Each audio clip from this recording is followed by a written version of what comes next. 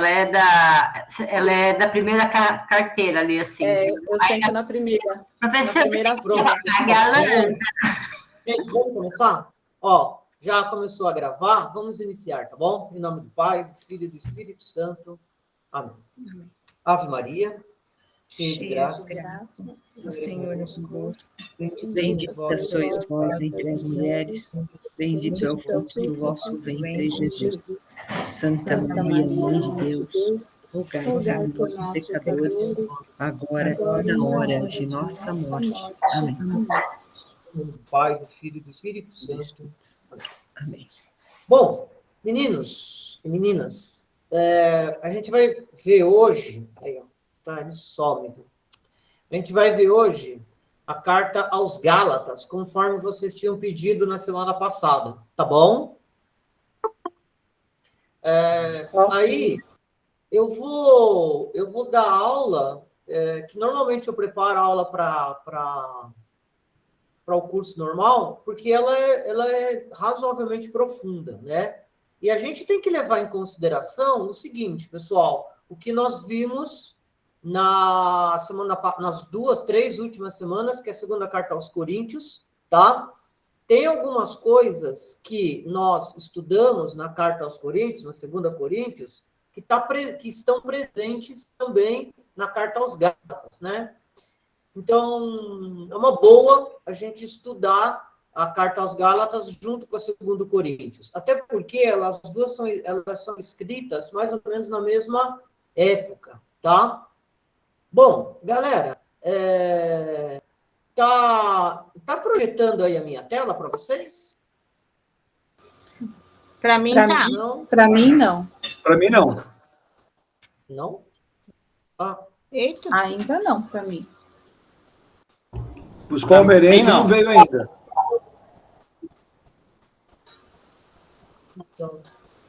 Nossa, meu, tá horrível, horrível. Eu também não estou entendendo, porque eu não sou corintiana, eu estou vendo o Edson, hein?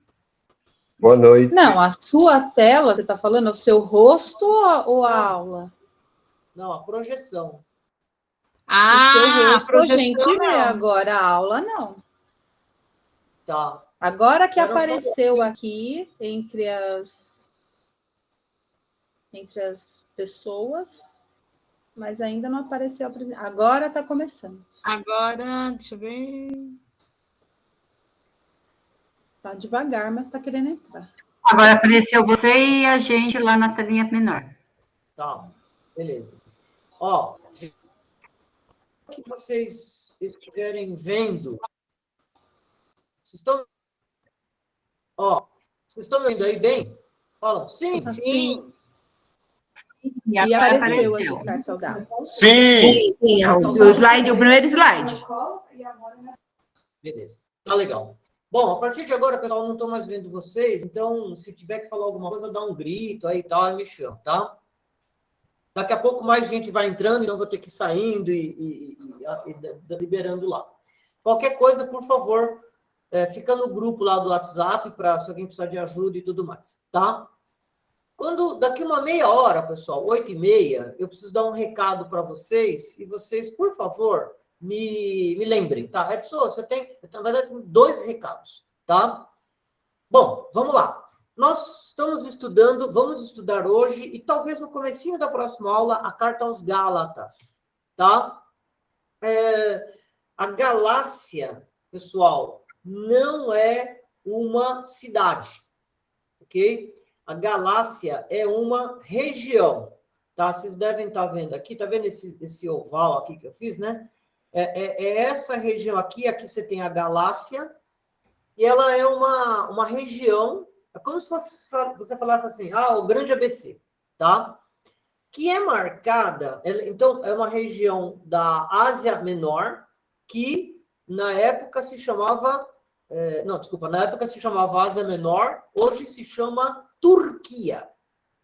É muito perto, a Galácia é muito perto do Paulo, né? A Galácia está aqui, do lugar onde o Paulo nasceu, eu estou falando, né? O Paulo é em Tarso, tá vendo? Eu estou aqui com o mouse em Tarso. A Galácia é mais ao norte, um pouco mais ao norte, mas é pertinho, pessoal. A Galácia a região da Galácia, da onde o Paulo está, ok? É uma região uma região de extrema pobreza, de escravidão e de muita opressão, ok? A comunidade, ela era quase toda ela, praticamente toda ela, composta por gentios, praticamente pagãos, né, que a gente fala. Praticamente não tinha judeu aí, tá? E isso é uma questão muito interessante, né? Uma questão que vai pegar bastante na medida em que a questão do gentil aqui é fundamental para entender a questão dos Gálatas, tá? Depois, vamos lá, vamos ver como que o Paulo... Vamos lá, pessoal, pega a Gálatas. Vocês leram, né, a carta? Eu pedi para vocês lerem, né? Ó, vamos ver como que o Paulo trata da fundação da comunidade. Aí a gente vai conversando um pouco para entender como que é a comunidade, tá? Ó, pega lá, pessoal, todo mundo, abra o seu Bíblia na carta aos Gálatas. Vai lá. Enquanto isso, eu vou permitindo aqui alguém entrar, que eu não sei quem é. É o Valdemar. Está aí, carta aos Gálatas?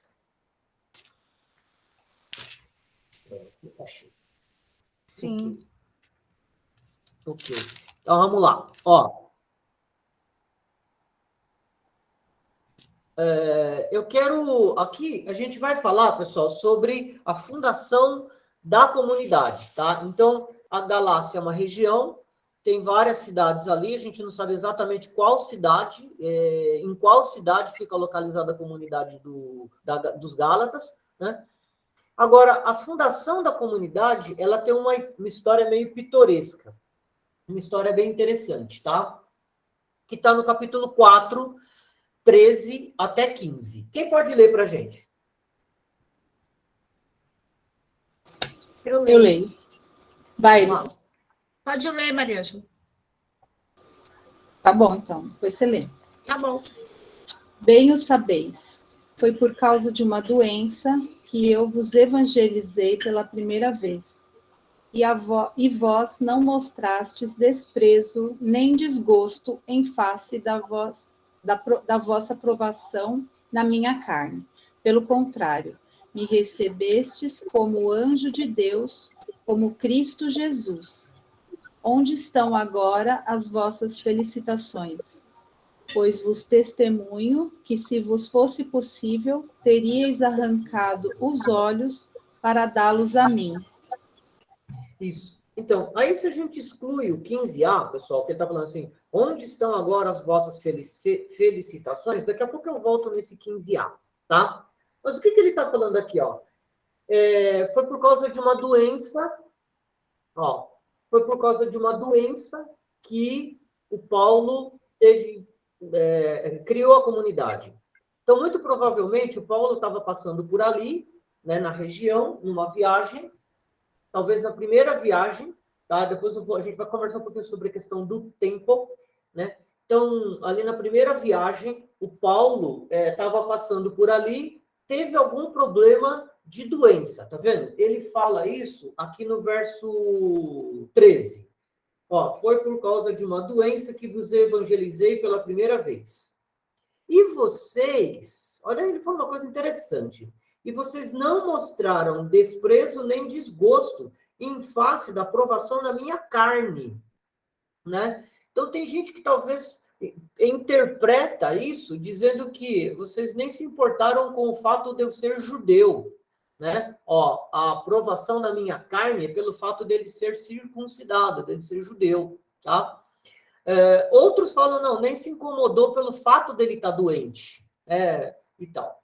Agora, o pessoal acha que a doença que ele tinha, talvez fosse algum problema nos olhos, né? Olha o 15b, diz assim, pois vos testemunho que, se vos fosse possível, teríeis arrancado os olhos para dá-los a mim.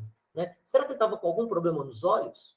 Será que esse foi o problema que ele teve? Mas, enfim, de qualquer forma, pessoal, o Paulo quando ele estava passando por ali, ele não é que ele foi lá para fundar a comunidade. Ele foi lá e, tipo assim, a comunidade caiu no colo dele. Né? Ele estava lá, e de repente ficou doente, foi acolhido, né, pela comunidade e eles ficaram tratando dele. E enquanto isso, ele pegou e fundou a comunidade. Então, o Paulo, a impressão que a gente tem é que ele fundou essa comunidade e ele tinha por ela um apreço muito grande. Porque, tipo assim, como se tivesse sido um presente de Deus para ele, que ela veio de graça. Né? Ele estava lá e, de repente, a comunidade cai no colo dele. Né? Foi muito interessante essa parte. Então, eu já vou comentar sobre isso daqui a um minuto. Essa carta, ela tem um quesinho, assim, de paixão. Né? Ela é muito apaixonada, ok? Por isso que eu gosto muito do Paulo. Aí, depois, aqui tem um centro muito interessante, né? Que está no versículo 3:28. Eu acho que o 3:28 é um dos textos mais bonitos, não só da carta, mas de todo o pensamento paulino, tá? Quem lê para a gente, pessoal? 3:28. Eu leio. Uhum. Não há judeu nem grego, não há escravo nem livre, não há homem nem mulher, pois todos vocês são um só em Cristo Jesus. Então, pessoal, o evangelho anunciado por Paulo é este evangelho. Ou seja, não tem diferença entre judeu nem grego, nem escravo nem livre, nem entre homem e mulher. Então, essa daqui é digamos, a essência do evangelho que o Paulo prega. Do evangelho de Jesus Cristo, porque você se lembra que o evangelho de Jesus Cristo, a boa nova de Jesus Cristo, é diferente da boa nova pregada por César Augusto, ok? A boa nova pregada por César Augusto é uma boa notícia para os poderosos, é uma boa notícia para os senhores, é uma boa notícia para os homens. O evangelho de César Augusto é boa notícia para os ricos, para quem tem poder e força. A boa nova de Jesus Cristo é uma boa notícia para quem é excluído. Né? Então, para o grego, que é excluído do judaísmo, para o escravo, que é excluído da liberdade, para a mulher, que é excluída da cidadania. Então, é uma boa notícia para esses grupos de excluídos. Então, assim, o Paulo, ele vai falar isso várias vezes, prestem bem atenção nisso, tá? O evangelho que eu proclamo. Então, o evangelho que eu proclamo é o evangelho de Jesus Cristo, é a boa notícia que está no 3:28, tá? Que não existe mais diferença entre grego, judeu, escravo e livre, homem e mulher, corintiano e palmeirense, rico e pobre, né? Negro e branco, homossexual. Não existe diferença entre homossexual e heterossexual. Todos somos descendentes de herdeiros da promessa, essa palavra. Né? Nós todos somos herdeiros da promessa e nós todos somos filhos de Deus. Tá? Então, essa ideia de liberdade e de igualdade é fundamental dentro do pensamento paulino, e esse versículo 3:28, eu digo que é o versículo que você pode utilizar em todas as cartas. Sempre que você vai estudar Paulo, essa é a ideia mais importante do Evangelho de Paulo, tá? Além de outras formas, essa aqui é a ideia fundamental. Tudo bem? Então é isso. Ele foi lá e pregou este Evangelho. Muito bem. Estava lá, beleza. Aí vai acontecer, pessoal, isso é muito interessante, né? Vai acontecer um processo muito parecido com o que aconteceu em 2 Coríntios. Vocês se lembram que a segunda carta de São Paulo aos Coríntios, que na verdade é uma coxa de retalho de várias outras cartas, na verdade, essa carta, ela tem como... Pessoal, eu vou tentar arrumar a minha câmera aqui. Tá ruim, vamos ver se ela volta. Só um minutinho, tá? Senão vocês ficam vendo preto, né? Fica ruim, né? Fica tudo obscuro, então não dá para ver. Ah, não voltou, ó. Ah, troca. Hoje tá ruim, viu? Só um minutinho, pessoal. Tô vendo se eu arrumo aqui a câmera. Não vai. Opa! Acho que agora Abriu. Vocês estão me vendo? Não, né? Ainda não. Agora sim. Sim. Vamos ver. Se eu sumir aí, vocês me avisam, tá? Muito bem, pessoal. Aí, e aí tem... Opa. Aí tem, para a gente entender a carta, tem... Vocês, por favor, pessoal, aqui é um aprofundamento, tá? Vai me cobrando, vai me parando, vai analisando. Pode me interromper aqui, tá? Aqui tem uma questão, pessoal, tem uma palavra que ela é muito utilizada na carta aos Gálatas, que é a palavra justificação. As pessoas, principalmente a partir do momento em que Lutero entra na jogada, né, lá no século XVI, desculpa, lá no século XVI, quando Lutero começa a falar, começa a criar o protestantismo, fala-se de salvação, né? Claro que isso está sempre aparece durante toda a história da igreja, mas a questão da salvação ela é muito contundente na época do Lutero, século XVI.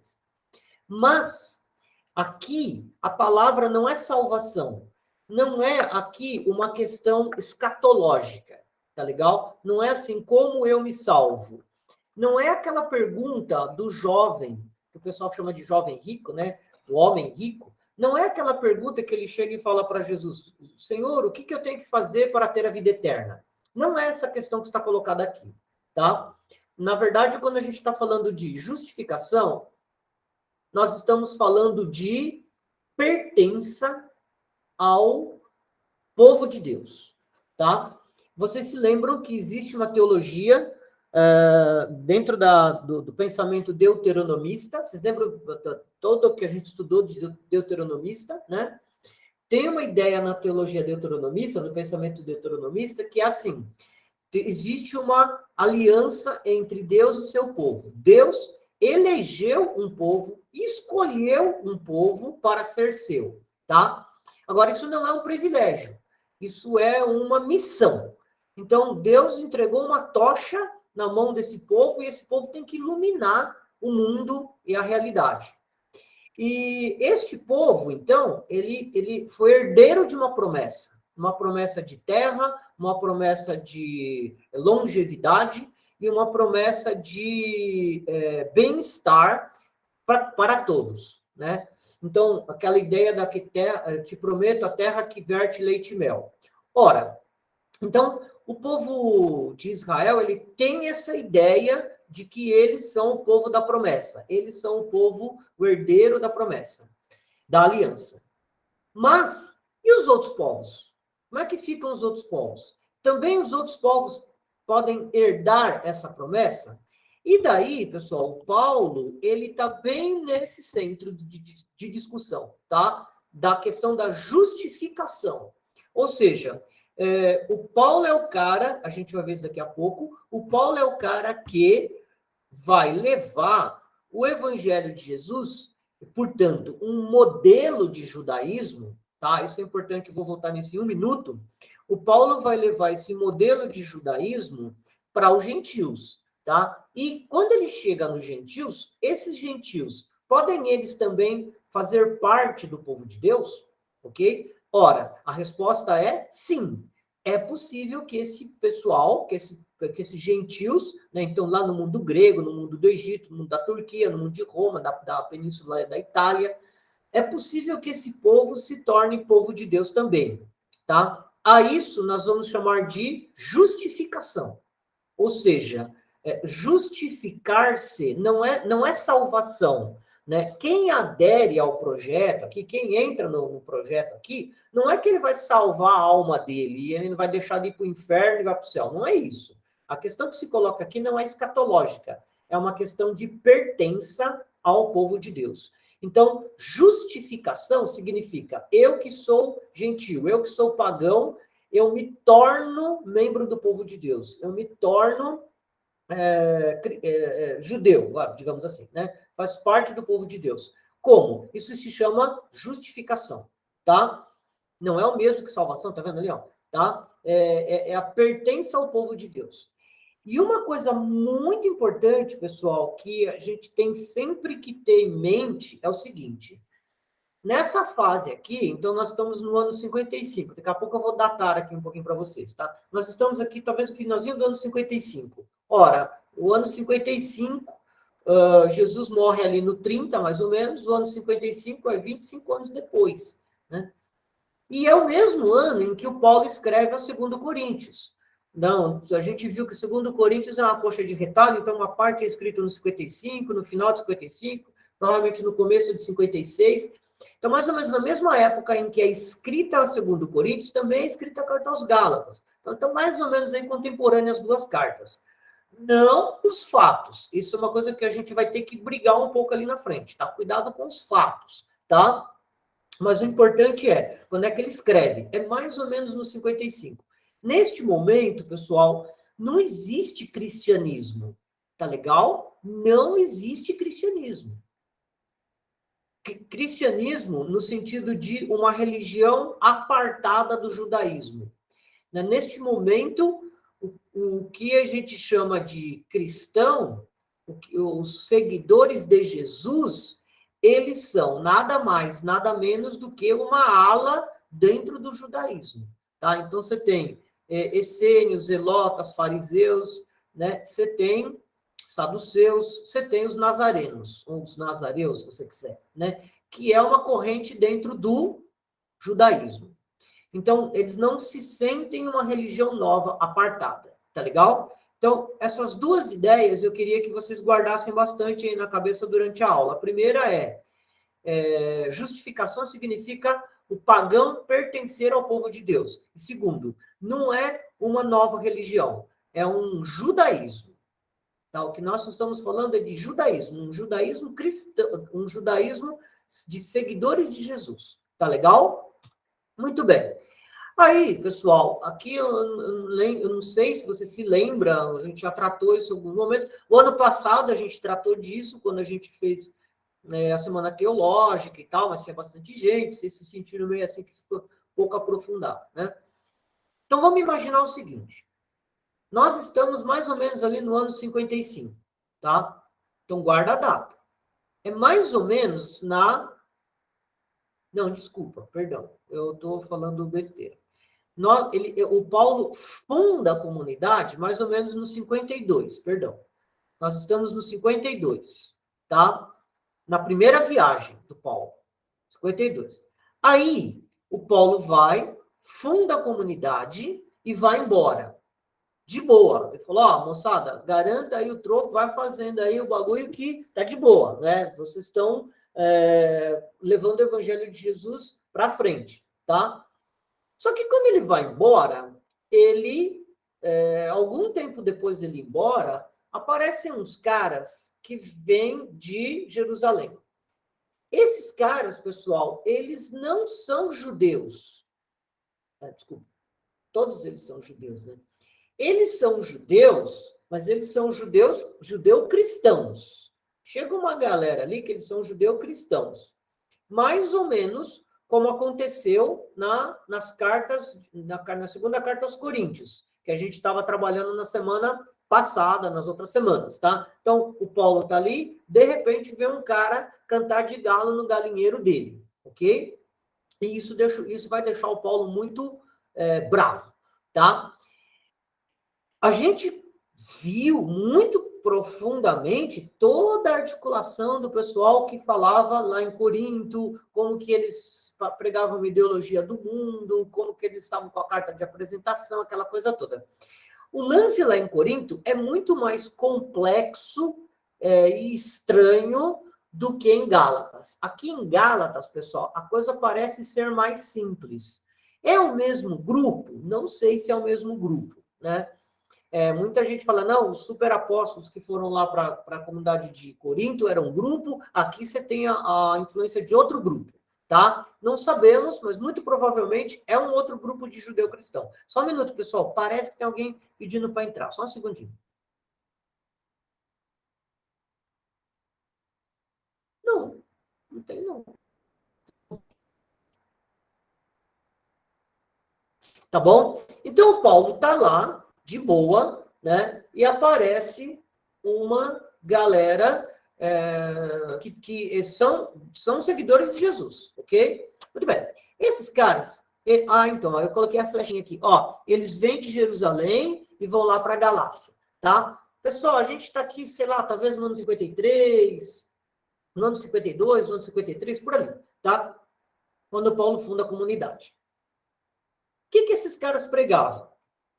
Primeiro, eles contestam a autoridade de Paulo.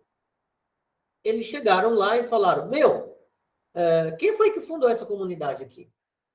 Aí os caras falaram, foi o Paulo. Pô, Paulo legal pra caramba, o cara, velho, o cara é muito bom, né? Foi ele que fundou. Aí eles falaram, mas não pode não. Pode fundar não, tá? Vocês percebam que mais ou menos a mesma história que aconteceu lá em Corinto. Eles vão falar que o Paulo não tem autoridade. Você lembra lá em Corinto, eles falam isso porque eles vão dizer que o Paulo não tinha carta de apresentação, eles vão dizer que o Paulo não era um judeu verdadeiro, e aquela coisa toda. Aqui, eles contestam a autoridade do Paulo. Pessoal, por 2 motivos. Quais são eles? Que motivos eles têm, que argumentos eles têm para usar para dizer que o Paulo não tem o direito e não tem autoridade para fundar comunidades? Paulo não conviveu com Jesus. Paulo não conviveu com Jesus. Paulo não conviveu com Jesus, portanto, ele não recebeu, ele não foi discípulo de Jesus. Então, existe uma relação muito profunda no judaísmo, pessoal. A Mariângela, a Lúcia, o pessoal que fez o curso lá de aprofundamento lá com o pessoal do Sion, sabe disso, né? Existe uma relação muito, uma tradição muito profunda dentro do judaísmo rabínico, somente o judaísmo farisaico, né, o rabínico, que é a tradição mestre-discípulo, né? Então, é muito forte essa tradição oral entre mestre e discípulo. Um mestre instrui o discípulo, a obrigação do discípulo é superar o mestre, tornar-se um apóstolo, ou seja, tornar-se um pregador, e aí tornar-se um mestre e reproduzir aquilo que o mestre tinha feito, e de interpretação da palavra. Então, a relação mestre-discípulo é muito forte dentro do judaísmo rabínico, tá? E, queira ou não, gostemos ou não, existe uma influência muito grande do pensamento e do mundo farisaico dentro do movimento de Jesus, dentro do movimento, entre aspas, cristão. Então, essa ideia de que eu estive junto com Jesus pessoalmente é muito forte, pessoal. Tá legal? Então, assim, os 12, ou os tantos, não sei se 12, mas os tantos que estiveram junto com Jesus, fisicamente falando, pessoalmente falando, carnalmente falando, esses caras que tiveram acesso direto a Jesus, eles são muito valorizados. Por quê? Por causa da relação mestre-discípulo. O Paulo, ele não tem isso, né? Então, o que os caras vão falar? Percebo que essa era uma das críticas que aparecia também em Carta aos Coríntios, tá? Parece lá em Coríntios, olha, o Paulo não teve contato com Jesus. Parece aqui também na Carta aos Gálatas, olha, o Paulo não teve relação com Jesus, tá? Não teve conhecer o Jesus. Então, esse é o primeiro. Qual o segundo motivo, pessoal? Que desmerece o Paulo, a autoridade paulina. Qual que é o segundo? O que vocês me dizem? É porque ele era da diáspora? Ou porque ele tenha perseguido os cristãos? Da diáspora podia ser, né? Também. Lá na Carta aos Gálatas, na Carta aos Coríntios, eles resvalam nesse argumento, sim. Lembra? Quando eles falam lá dos privilégios e tal, e eles são de Israel, eles não são da diáspora, né? E o Paulo é da diáspora. Se o Paulo é da diáspora, ele é um cara mais afastado mesmo do judaísmo. Inclusive, ele é um cara que ele eles não gostavam muito da diáspora, dos habitantes da diáspora, porque eles falavam grego, eles eram estrangeirados, tinha muito estrangeirismo grego, né? É mais ou menos, pessoal, como se o Tite convoca jogador da seleção, só que esses caras jogam tudo na Europa, né? E aí os caras são tudo meio que estrangeiro, eles sabem jogar bola do jeito que o europeu sabe, não é brasileiro daqui do Brasil. Por isso que tá a porcaria aqui, né? Porque os melhores estão na Europa, mas eles já estão, entre aspas, viciados dentro do sistema de jogo de futebol europeu. Aqui mesma coisa. A crítica que se faz aos judeus da diáspora é essa. Eles são muito estrangeirados, né? Essa é uma crítica que poderia ser feita ao Paulo. Não está aqui colocado, Beth, mas poderia, tá? A segunda crítica é a que alguém falou, acho que foi a Mariângela falou. Perseguidor dos cristãos. Né? Isso, que ele era perseguidor dos cristãos, tá? Então, pessoal, o Paulo, ele não era um dos 12, isso é um problema, e ele até tinha perseguido os cristãos. Agora, esse lance que a Beth fala também é muito interessante e importante. Sim, o fato dele ser da diáspora também desmerece o Paulo perante esse grupo todo aí, tá legal? Muito bem. A segunda coisa, pessoal, eles falavam o seguinte, a justificação. Né? Então, um pagão, um gentil, pode ele tornar-se membro do povo de Deus? Pode. Desde que seja uma justificação pela carne. Ora, o que significa isso? Os verdadeiros filhos de Abraão, eles têm que se circuncidar. Eles têm que fazer a circuncisão. Se não fizer a circuncisão, não faz parte do povo de Deus, porque não tem a marca. Né? Então, esses caras que aqui estão, eles vão pregar isso. Ah, mas o Paulo falou para vocês que vocês podem ser discípulo de Jesus? Pode. Mas vocês fizeram circuncisão? Os caras falaram, não. Não, porque o Paulo falou que não precisava. Ô, Edson, mulher não fazia parte, então, do povo de Deus? Nossa, essa sua pergunta é maravilhosa. Se só circuncidando... Essa pergunta é maravilhosa. Me dá um minuto. Me dá um minuto, Beth, mas sua pergunta é espetacular, né? Deixa eu só ver aqui. Só um segundinho, Beth. Deixa eu só terminar o slide e já respondo sua questão. Na medida em que você se torna pertencente ao povo de Deus através da carne, ou seja, através da circuncisão, a circuncisão traz uma carga legal em cima de você. Ou seja, você precisa cumprir as leis. Né? Então, você vai... Só se a gente praticar a lei, todas aquelas regras e tudo mais, que vocês já estão careca de saber, né? Que a gente vai pertencer ao povo de Deus. Então, primeiro tem que fazer a circuncisão, depois tem que seguir as regras. É um tipo de visão, pessoal, de ideologia, de pensamento, muito ligado aquele pensamento do Esdras e Neemias, do retorno do retorno do exílio da Babilônia. Então, você, para se tornar povo de Deus, você tem que cumprir certas regras burocráticas, correto? Ou seja, você tem que respeitar as leis, fazer isso tudo direitinho, e você tem que fazer circuncisão. Então, é o burocrático, eu diria, que estabelece a pertença ao povo de Deus ou não. Se você seguir aquelas regrinhas lá, beleza, você está dentro, tá? Então, é um pouco isso que eles pregavam. Meninos, deu 8h30, eu preciso vocês me lembrar, 8h30, eu preciso, na verdade, 3 avisos, tá?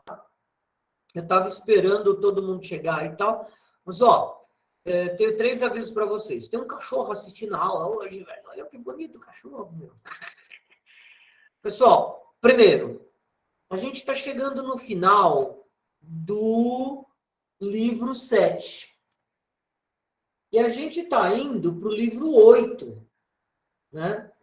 E nós temos que adquirir o livro 8. Eu acho que eu tenho ele em PDF. Se eu não tenho ele em PDF... Aí, se eu tiver em PDF, eu mando para vocês. Se eu não tiver em PDF, aí a gente vai pedir para a Ângela caçar para a gente para ver se ela acha. Se não achar, a gente vai ter que comprar.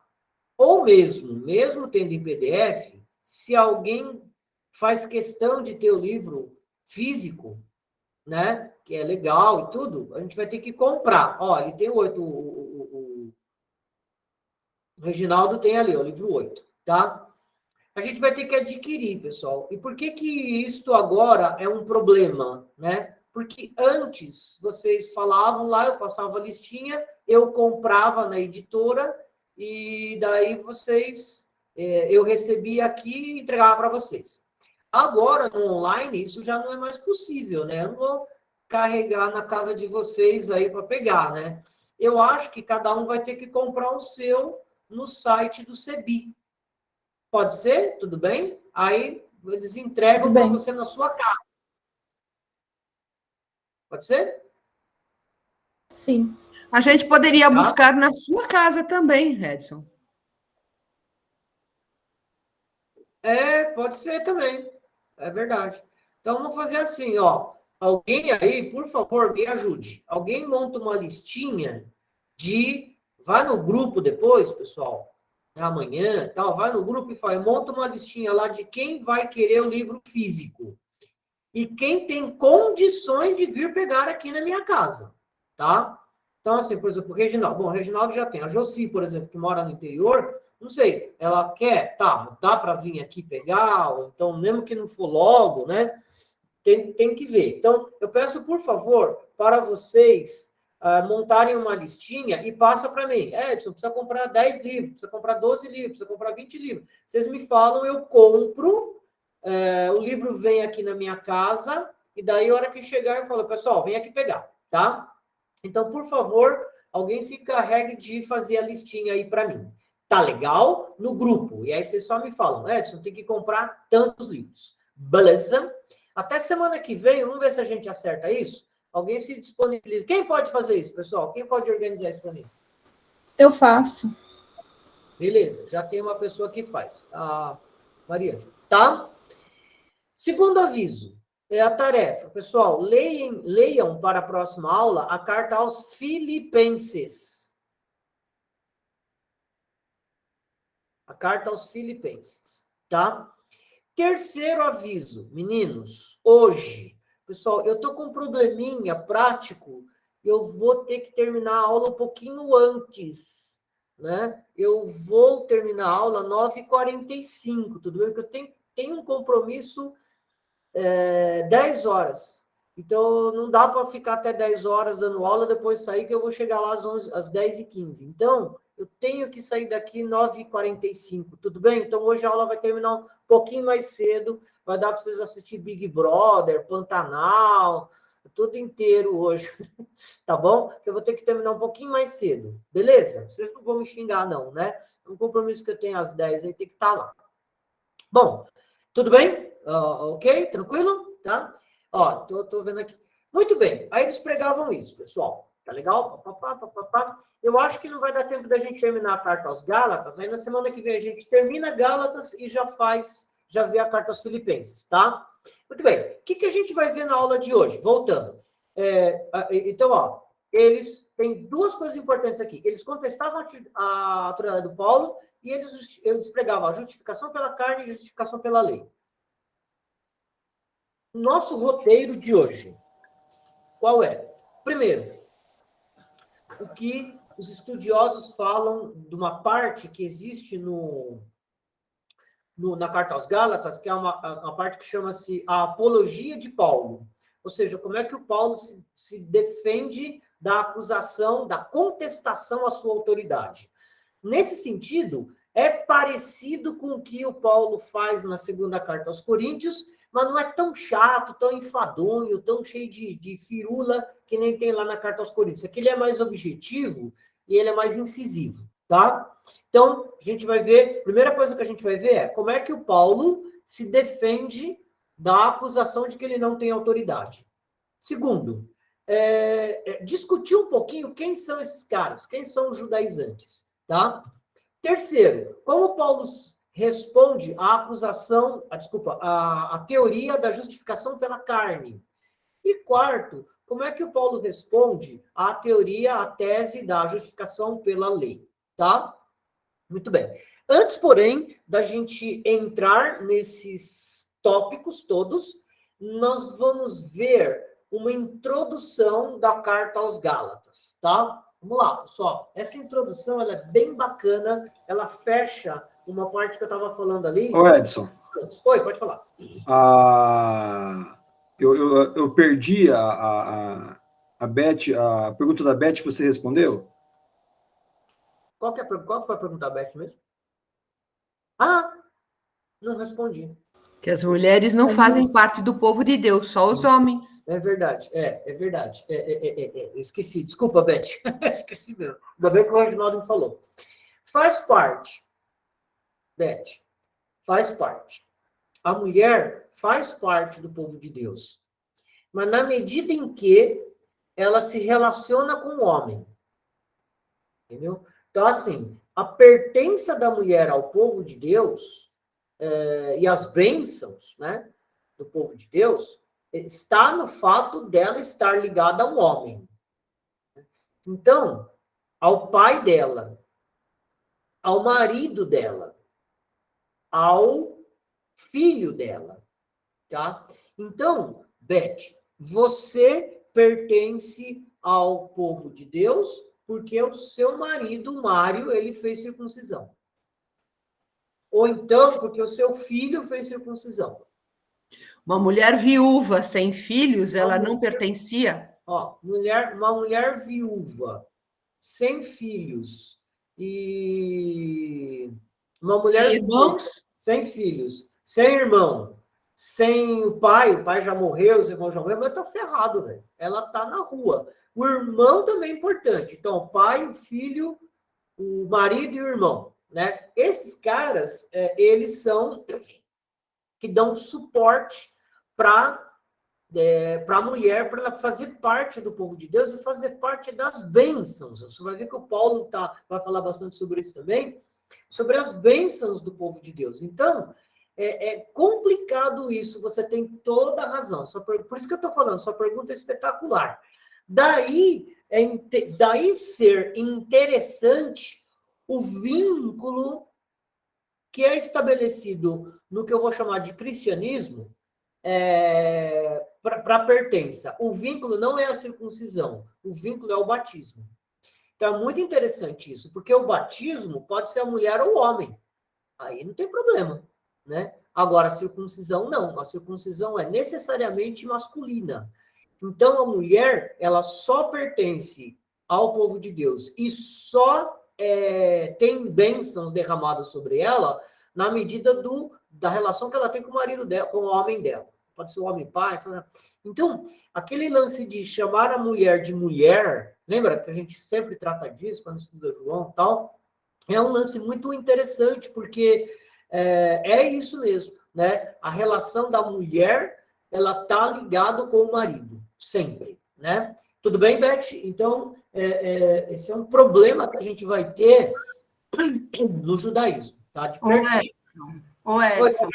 Então, falando nisso, é que aí a gente entende, teoricamente, assim, o homem, a partir do momento que ele for circuncidado, e isso é quando ele era criança, jovem, logo quando nasce, né? Logo quando nasce.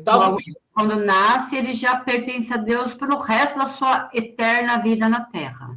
Ele pode fazer tudo quanto é coisa errada, que ainda assim ele vai estar pertencendo a Deus simplesmente porque ele fez a circuncisão. Sim. Já a pobre da mulher, por isso que quando ela fica viúva, ela perde ela vira esqueci a palavra, mas uma excluída, porque ela perde a bênção assim que ela perde qualquer vínculo. Exatamente. Ela não tem bênção, porque só vem da parte do homem. Era o tal do machismo da época, né? Mas isso não era suficiente para ser excluída, porque o pobre, podia ser circuncidado e era excluído. O órfão podia ser circuncidado Sim. e era excluído também. Mas o que eu É que a quero mulher acho que reunia todas as condições, né? Não, no caso da mulher, além de tudo, ela tipo, quando ela perdia, por isso que quando morria o marido, o filho, né, daquela mulher que perde o filho, e Jesus vai e ressuscita ele, para ela aquilo dali foi, ele, na verdade, ele devolveu a ela a chance de fazer parte de uma sociedade. Exatamente, a cidadania. É isso A mesmo. cidadania. Esse, Trágico, que eu nunca tinha pensado nesse lado, porque eu não achava que eu sabia dessa história de que a mulher pertencia a partir do homem, mas eu nunca tinha entendido exatamente nesse nível de crueldade, entendeu? Porque era muito cruel. Agora eu entendi o porquê que a viúva realmente se tornava. Eu achava que, né, que ela se tornava uma escrava, uma relegada, porque o marido que estaria, o marido, o pai, o irmão, que estaria sustentando ela. e não é só uma questão econômica, De exatamente. virar pobre, que nem a Beth falou agora, era porque, na verdade, além de ser pobre, ela perdia a bênção, ela perdia tudo. Nossa, era muito trágico. É isso mesmo. Realmente. É isso mesmo. Muito, muito interessante. É horrível, né? Mas é muito interessante entender isso, né? Porque, de fato, quando Jesus, esse texto que você fala, né? Quando Jesus ressuscita um menino, não é por causa do menino, é por causa da mulher, né? Porque a mulher, ela é viúva, ela não tem mais marido, ela não tem irmão, ela não tem pai, e ela agora perde o filho, quer dizer, ela tá ferrada na vida, né? Então, Eu entendia que era por conta disso, mas eu achava que era porque ela ia ficar sem o seu pão, sua forma, né, de comer, sei lá, que mulher não valia nada, né? Então, mas não por conta da questão da circuncisão. tá bom? Beleza. Bom, bora lá? Pessoal, então, voltando aqui. Capítulo número 1, verso de 6 a 10. O 1 a 5, pessoal, se você olhar, abre lá, 1 a 5. Se você olhar 1 a 5, você vai perceber que ele está falando ele está fazendo uma introdução, uma saudação, que era típico dos textos de Paulo, né? Então, do 1 a 5 é típico do Paulo, é uma introdução e uma apresentação, um endereçamento. No 6 ao 10 é que vem uma coisa muito interessante. Então, vai. Quem pode ler para a gente? Vamos lá. Vou ler. Admiro-me de que tão depressa abandoneis aquele que vos chamou pela graça de Cristo e passeis a outro evangelho. Não que haja outro, mas há alguns que vos estão perturbando e querendo corromper o evangelho de Cristo. Entretanto, se alguém, ainda que nós mesmos ou anjo do céu, vos anunciar um evangelho diferente do que vos anunciamos, seja anátema. Como já vô-lo dissemos, volto a dizê-lo agora. Se alguém vos anunciar um evangelho diferente do que recebestes, seja anátema. É porventura ou favor dos homens que agora eu busco, ou favor de Deus? Ou procuro agradar aos homens? Se eu quisesse ainda agradar aos homens, não seria o servo de Cristo. Muito bem. Então, pessoal, aqui tem uma coisa que é interessante, que estava na introduçãozinha que eu fiz há uns 15 minutos atrás, que é o seguinte. Olha só que interessante. Olha o verso 6. Eu me admiro... eu me admiro de vocês terem abandonado quem vos chamou para Cristo. Eu me admiro de vocês terem me abandonado tão rapidamente. E vocês passaram a outro evangelho. Não. Não existe outro evangelho. Só existe um. No verso 7 ele fala, não, desculpa, eu falei besteira. Não existe outro evangelho. O que existe é um povo querendo corromper o evangelho. Então, esses caras, eles estão corrompendo o evangelho que eu preguei para vocês. E o Paulo está dizendo, eu estou muito chateado. O me admira, a primeira palavra que ele usa, admiro-me, que vocês rapidinho me abandonaram. Eles não abandonaram o Paulo, eles abandonaram o evangelho de Jesus Cristo. Qual é o evangelho de Jesus Cristo? Não existe diferença entre grego e judeu, não existe diferença entre homem e mulher, tudo mais. Então, o Paulo fala, ó, só existe este evangelho. E quem prega uma coisa diferente está pervertendo este evangelho. Entenderam? Então, o Paulo, ele tá muito bravo. Muito bravo. Tanto que ele xinga os caras, né? Ele, na Bíblia a Bíblia da Mariângela deve ser igual à minha, deve ser de Jerusalém, porque ele fala assim, seja anátema. E eu vou falar de novo, seja anátema. Ou seja, anátema, pessoal, ele tá xingando o cara aí, tá legal? Então tenta imaginar o pior palavrão que você puder imaginar aí, né? O pior palavrão que você conhece é esse aí que ele tá falando, tá? O anátema aqui é excomungado. Jogado fora, excluído da comunidade, excluído do povo de Deus. É um grande... É isso aí que você pensou, né? Então, o Paulo está muito bravo, muito bravo. Por que ele está muito bravo? Porque essa comunidade, ele fundou a comunidade como uma coisa muito graciosa. Ele adorou ter fundado a comunidade. Ela caiu no seu colo, né? Ele ama essa comunidade, mas ela o trai. Rapidamente ela o trai. Você viu? Rapidinho vocês já se bandearam para outra, né? Então, Paulo, perde essa comunidade rapidinho e ele fica muito bravo. Aí ele escreve a carta. Então, eu gosto dessa carta, da carta aos Gálatas, porque ela é uma carta apaixonada. Na verdade, a carta aos Gálatas, pessoal, ela é uma espécie de rascunho da carta aos Romanos. Na carta aos Romanos, o Paulo vai trabalhar várias questões que ele está dizendo aqui, está trabalhando aqui, né? Mas, na carta aos Romanos, é uma carta onde ele toma um cafezinho, ele vai devagar, na boa, tal. E essa aqui não. Essa daqui é uma carta que ele fala com sangue nos olhos, né? Ele fala com raiva, ele fala com amor, ele fala com raiva e amor ao mesmo tempo. Ele ama, mas está com raiva, né? Exatamente porque ele ama, porque ele se sentiu traído, né? Então, é muito interessante essa carta, porque demonstra uma paixão do Paulo pela comunidade. Coisa que não acontece com a carta aos Romanos, que é uma carta mais reflexiva, teológica e tudo mais. Tá bom? Bora para frente. Então, vamos lá, pessoal. Primeiro objetivo nosso é entender como que o Paulo se defende da acusação de ter sido perseguidor e também como o Paulo se defende da acusação dele não ter conhecido Jesus. Tá bom? Muito bem. Então, vamos lá. Pega lá, pessoal. Capítulo 1. A gente parou no verso 10. A gente vai voltar agora no verso... volta para o 1. Quem pode ler para a gente? 1, e depois 11, 12. Quem lê para a gente? Posso ler. Tá. Pode começar? Sim. Capítulo 1, isso. Tá. Tal o apóstolo, não da parte dos homens, nem por meio de um homem, mas da parte de Jesus Cristo e de Deus Pai, que o ressuscitou dentre os mortos. Ok, só um minuto. Então, pessoal, Paulo apóstolo, quer dizer, Paulo divulgador.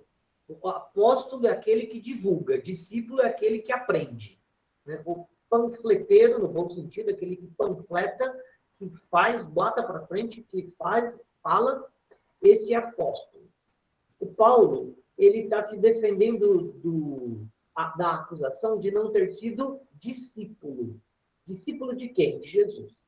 Então ele vai dizer, não da parte de homem.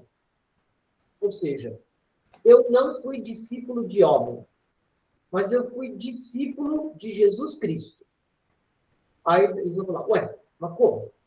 Como que você foi discípulo de Jesus Cristo se você não o conheceu fisicamente falando? Tá? Então agora ele vai responder isso. Verso 11 e 12. Elisângela, vai.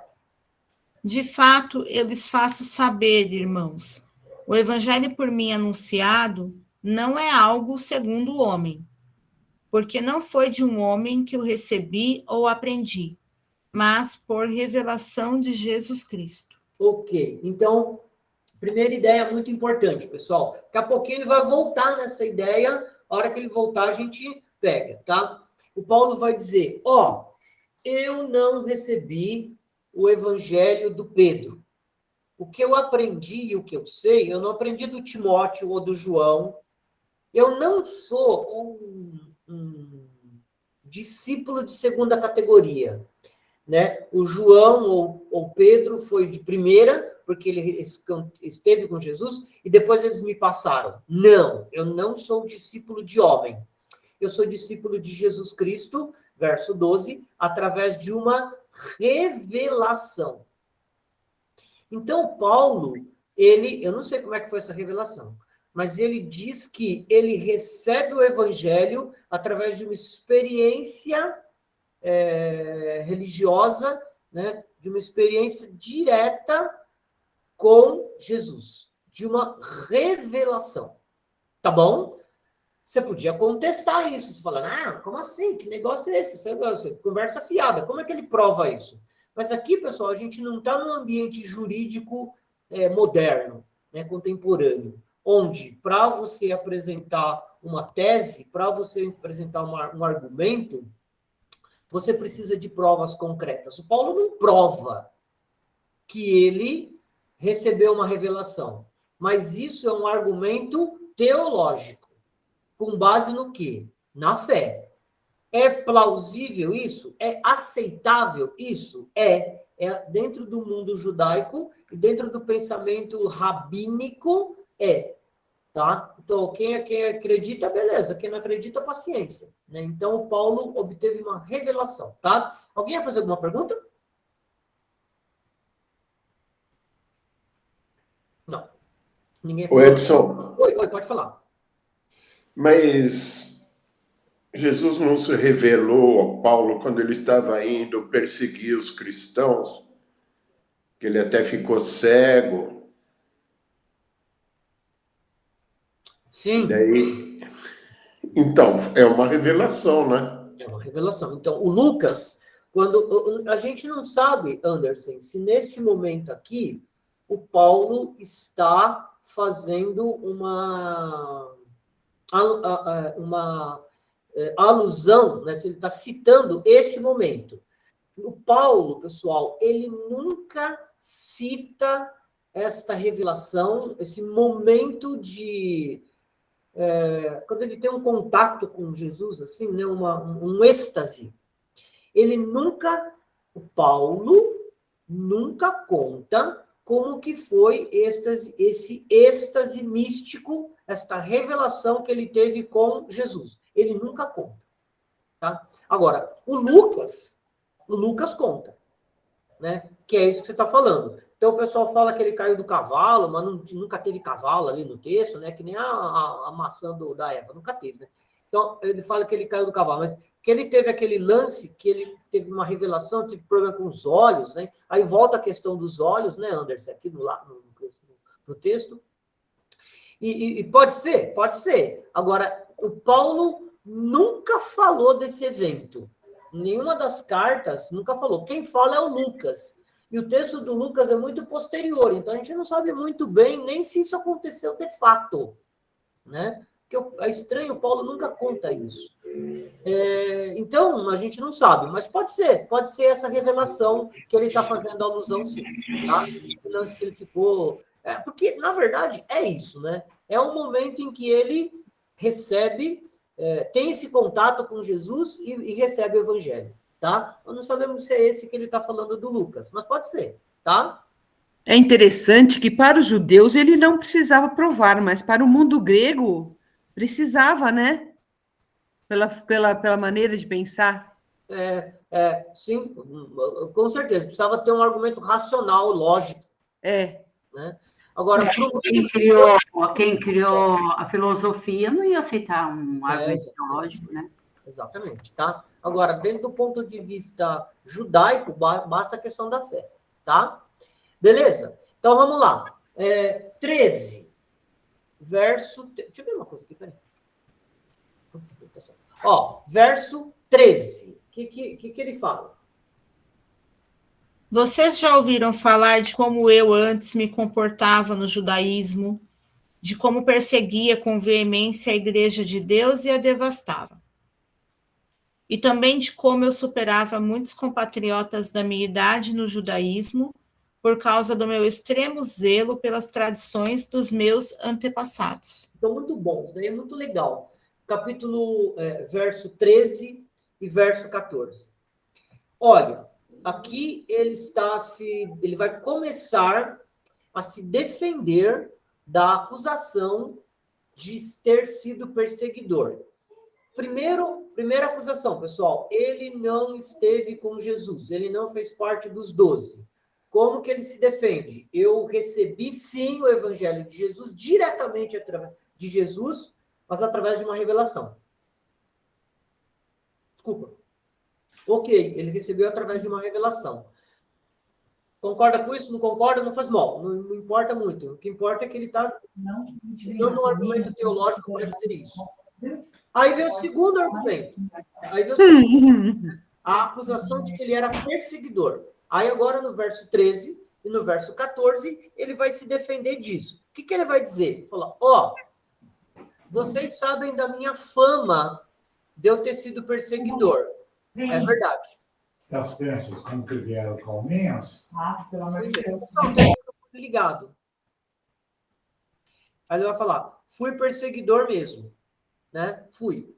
E eu era bom nisso. Você percebeu que ele falou? Eu superava os meus compatriotas nesse lance de perseguição. Mas isso era por causa do meu apelo às tradições paternas. Ou seja, isso era por causa do meu apego à fé judaica e às tradições judaicas. Eu era muito apegado a ela e por isso eu me tornei perseguidor. Porque eu entendia que esse movimento nosso aqui de seguidores de Jesus, ele pervertia a Torá. Então, para salvar a Torá e para proteger a Torá, eu perseguia mesmo. E eu era zeloso nisso. E eu era bom nisso. Né? O Paulo está dizendo aí. Tudo bem? Então, ele fala, é verdade. Mas, porém, entretanto, todavia, verso 15. Verso 15 é um dos mais bacanas que tem. Vai. Deus, porém, me separou desde quando eu estava no ventre de minha mãe e me chamou pela sua graça. Continua? Continua, desculpa. Quando ele quis revelar em mim o seu filho, para que eu anunciasse a boa notícia entre as nações. Imediatamente, em vez de consultar carne ou sangue, ou de subir a Jerusalém para encontrar os que eram apóstolos antes de mim, fui para a Arábia e depois voltei a Damasco. Ok, aqui a gente vai ter duas coisas, tá? A primeira é o verso 15 e 16, é um dos versos mais bonitos que tem na carta. Eu adoro isso aqui. A minha tradução está um pouquinho diferente da Elisângela, tá? Mas olha lá, pessoal. Quando, porém, o da Elisângela fala assim, Deus, quando Deus, aqui ele não fala Deus, na Bíblia de Jerusalém, ele fala diferente e eu acho muito bonito. Ele diz assim, quando, porém, aquele que me separou desde o ventre materno e me chamou por sua graça, então, aquele que me chamou é Deus. Na Bíblia da Elisângela está falando, quando Deus me chamou, né? Aqui ele está dizendo, aquele que me chamou, para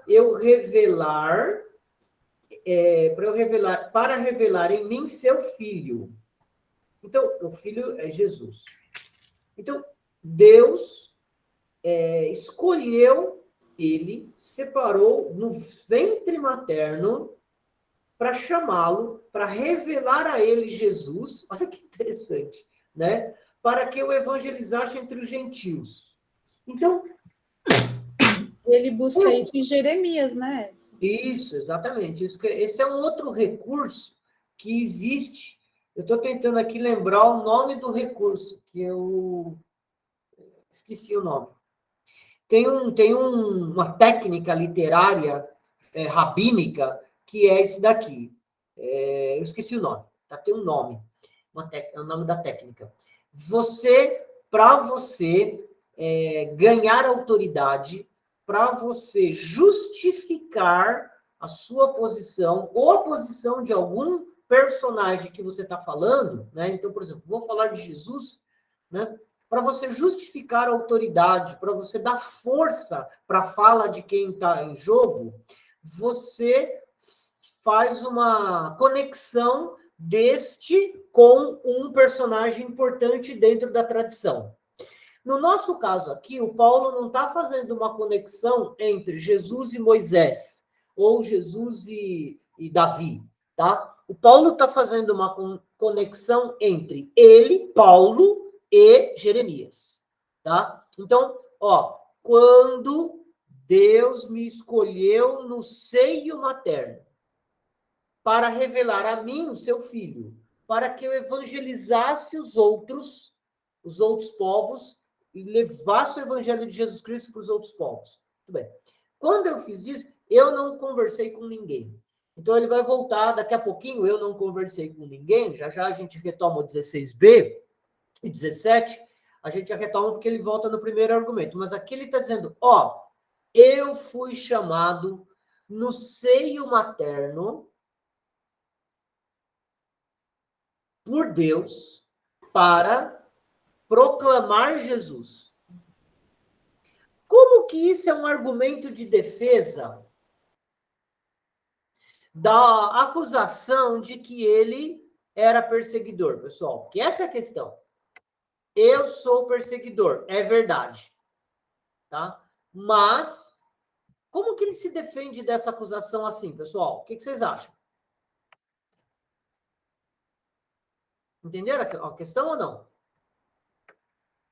Ele está se defendendo, tá? É porque ele ainda não tinha descoberto a sua missão, por isso que ele foi perseguidor.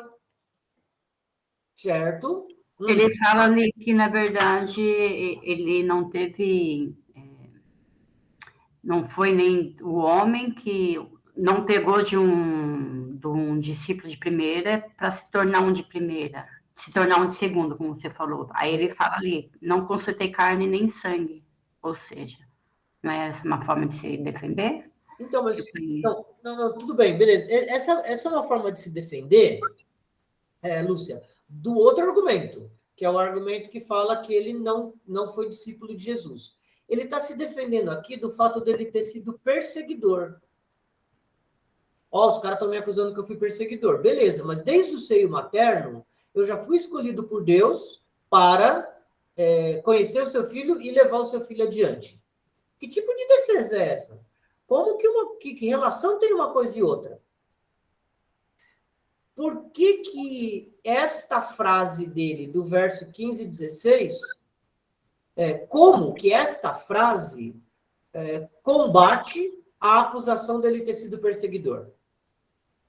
Não é porque justamente o fato dele ter sido separado desde o ventre materno, Deus mostrou a força dele, tipo, eu vou transformar você de perseguidor em proclamador da minha palavra. Não é uma forma de... Então, mas quando foi que Deus escolheu ele? No seio materno, ainda estava no ventre da mãe, que nem a Jeremias. Então, mas isso foi antes ou depois dele ser perseguidor? Antes. Então, assim, antes dele ser perseguidor, ele já tinha sido escolhido. Né? Antes dele ser perseguidor, ele já tinha sido escolhido. Então, faz parte... E aí alguém disse, com razão, ele tinha sido escolhido, mas ele não tinha consciência disso. Ele não tem consciência de que ele foi escolhido por Deus para proclamar Jesus entre os gentios. Ele não tem consciência, mas ele já foi escolhido. Assim como Jonas tentava fugir, assim como a maior parte dos profetas, por saber que é uma coisa difícil, ele meio que tenta fugir. No caso dele, ele nem tentava fugir porque ele não tinha consciência. Ele fazia o que a lei já... O que a própria religião já ensinava, ou seja... De certa forma, ele achava que estava fazendo por Deus, mas, na verdade... Estavam perdidos, né? Cabe nessa justificativa uma crítica à tradição judaica? Não, eu acho que não.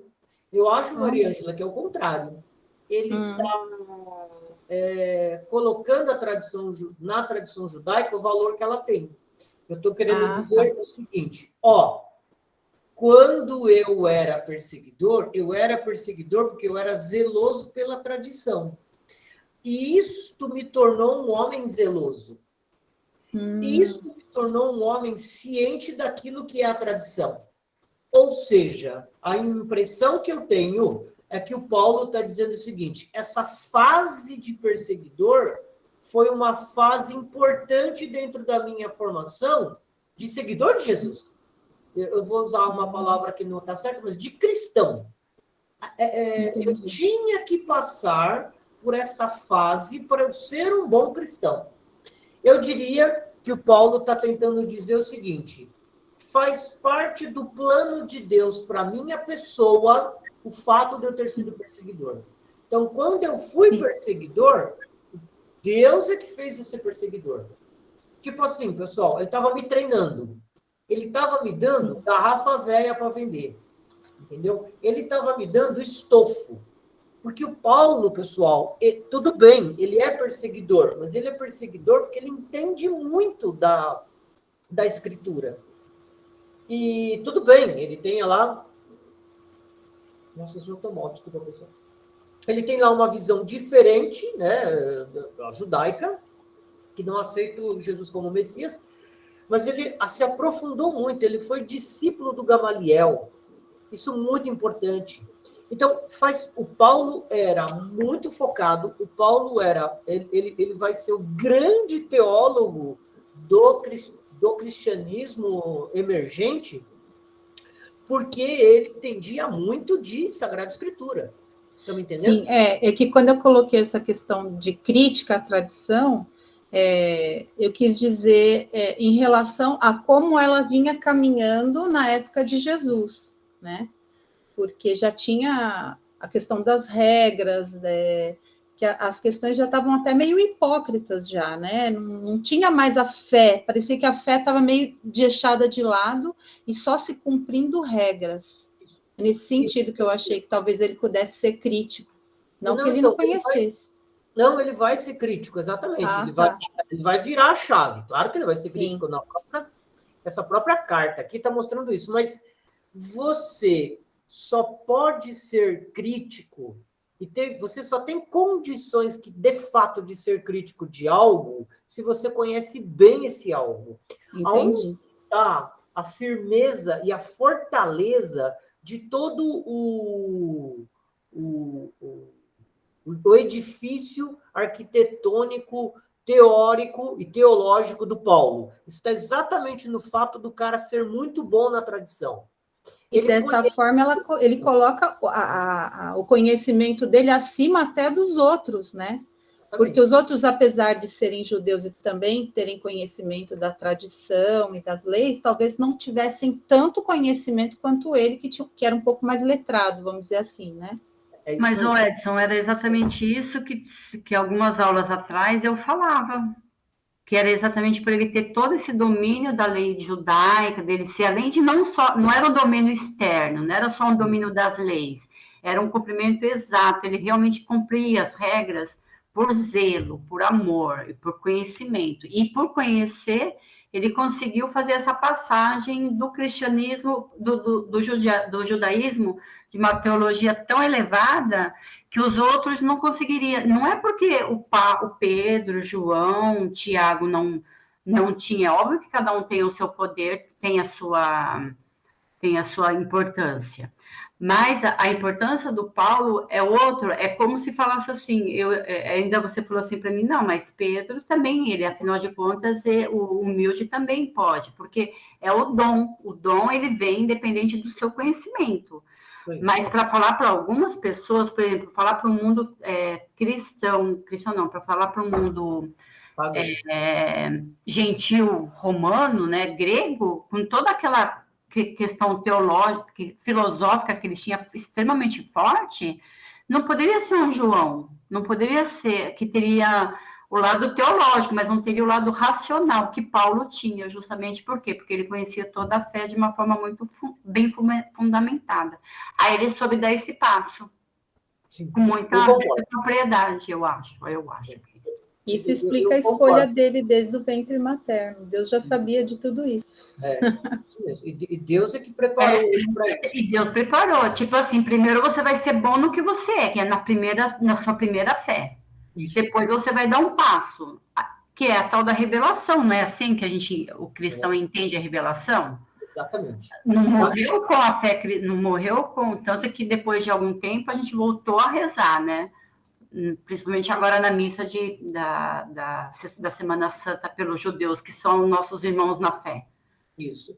Né? Então, eu acredito muito nisso, né? Que o Paulo, e aí não entra essa questão de se ele é um teórico, se não é, tal, até porque ele também morreu, ele pregava e vivia, mas ele só consegue dar esse passo e essa mudança porque ele conhecia muito bem. Então, é isso que ele está falando. Olha, eu era bom no que eu fazia e Deus e isso estava dentro do projeto de Deus para mim, na medida em que eu já tinha sido escolhido por Deus para isso, ok?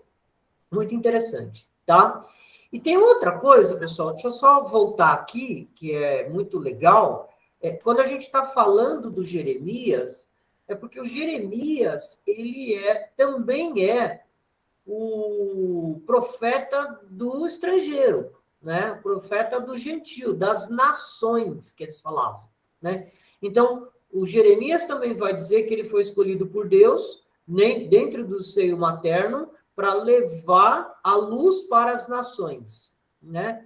E o Paulo, ele vai falar, eu sou o novo Jeremias, porque também eu vou levar luz para as nações, que é o Evangelho de Jesus Cristo, ok? Então, ele retoma toda essa questão do Jeremias, inclusive com o público, né? O público do Jeremias é o mesmo público do Paulo, ou seja, os gentios, ou seja, as nações, tá? Tudo bem? Bom, aí, pessoal, ele volta, ó, se você pegar a Elisângela vai voltar para a gente, acha aí, Elisângela, ó, ela vai voltar assim, ó, aqui, ó, 15. Quando, porém, aquele que não é ser materno me chamou pela graça, por bem revelar para que evangelizasse os gentios. Ó, então, 16b. Não consultei nem sangue, nem carne. Vai. A segunda metade do verso 16. Elisângela. Tá.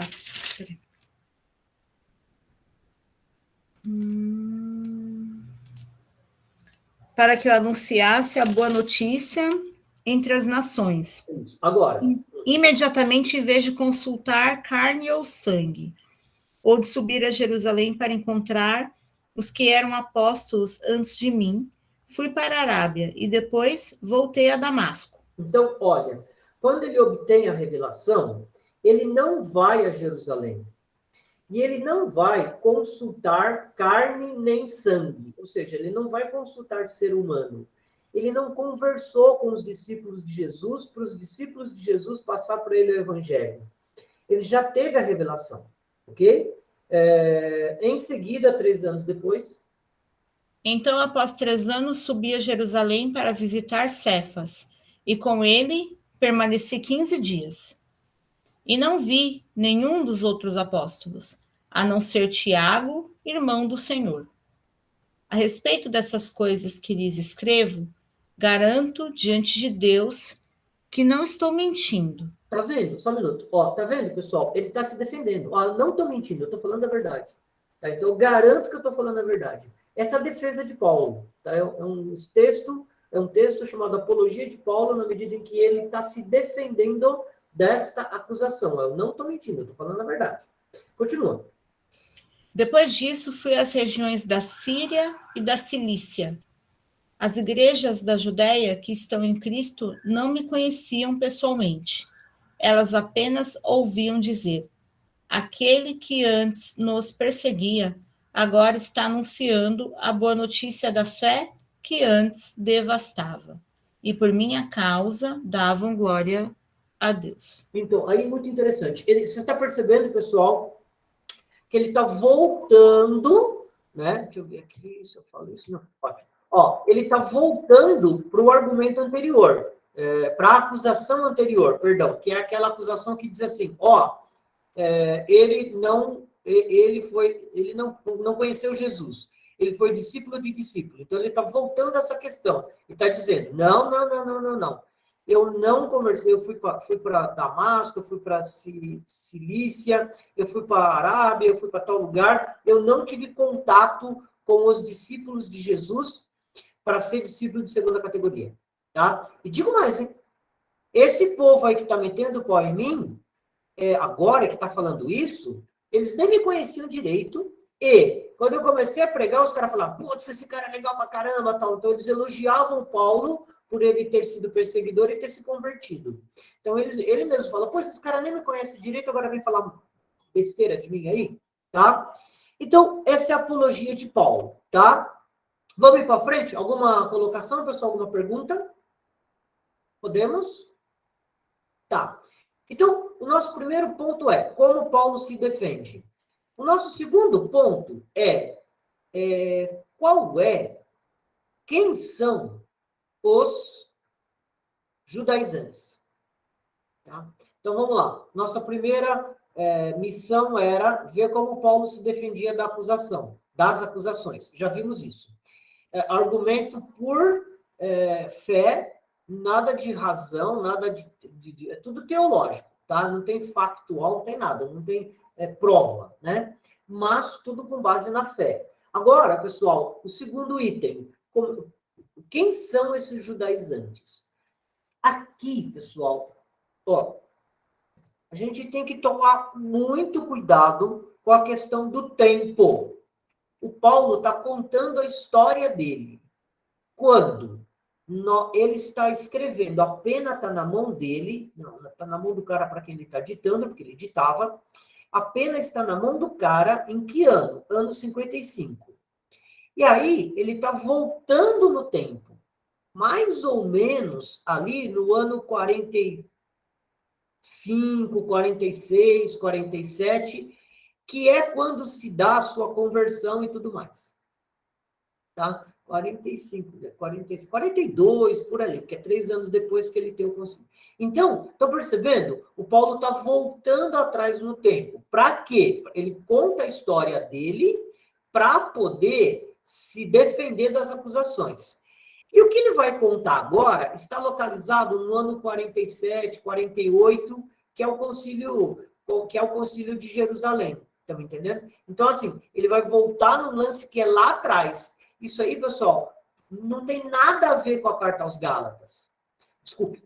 Não tem nada a ver com a comunidade dos Gálatas. Ele está falando de um evento que acontece em Jerusalém e depois em Antioquia.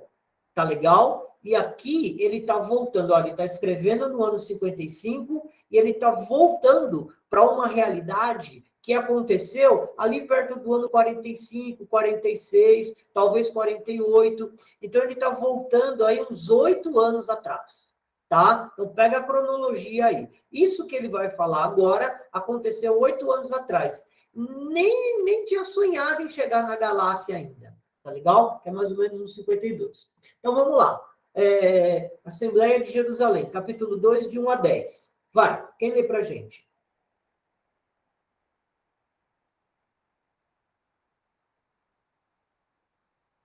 Eu leio. Uhum.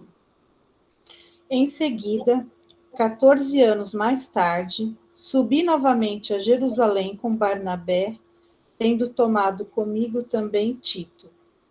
Subi em virtude de uma revelação e expus-lhes, em forma reservada aos notáveis, o evangelho que proclamo entre os gentios, a fim de não correr nem ter corrido em vão.